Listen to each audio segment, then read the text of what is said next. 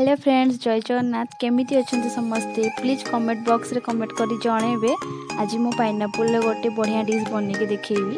चलंतु देखिया सेति पे कोन कोन सब जिंस दरकार। गोटे बड़ साइज रो मु एठी पाइनापल नै जे ताको छोट छोट पीस करी काटी देइची। देखंतु एई परी भाबरे सुजी 2 कप मु नै छी, चीनी गोटे कप मु नै छी, घी आधा कप, काजू किशमिश। चलतु एबे रेसिपी स्टार्ट करवा। हमर कढ़ई गरम होइतला। एबे मु एठी घी पके दोची। घी गरम होइची। एबे हमें काजू किशमिश को टिके फ्राई कर दवा। देखंतु फ्राई हो गलानी। एबे हमें याको काढी दवा। एबे पाइनएप्पल को हमें पकेवा। सब पाइनएप्पल को ऐड कर दवा।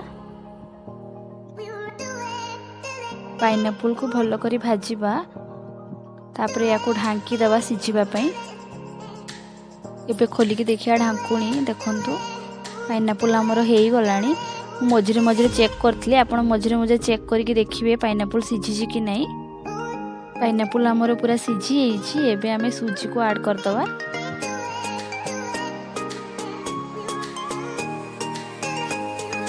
सुजी को लाल हबा पर्यंत भाजीबा। सुजी हमर लाल करी भाजी गलानी। एबे हमें एठी 2 ग्लास पानी पकेबा। भलो करी मिक्स कर दवा। तापरे 3 मिनिट छाड़ी दवा फुटिया पई। एबे हमें चीनी ऐड करिबा। गोटे कप चीनी नेछि। आपण जदि बेसी मीठा खांती आउ चीनी पके परिबे। एबे हमें याको 10 मिनिट छाड़ी दवा सिझिया पई।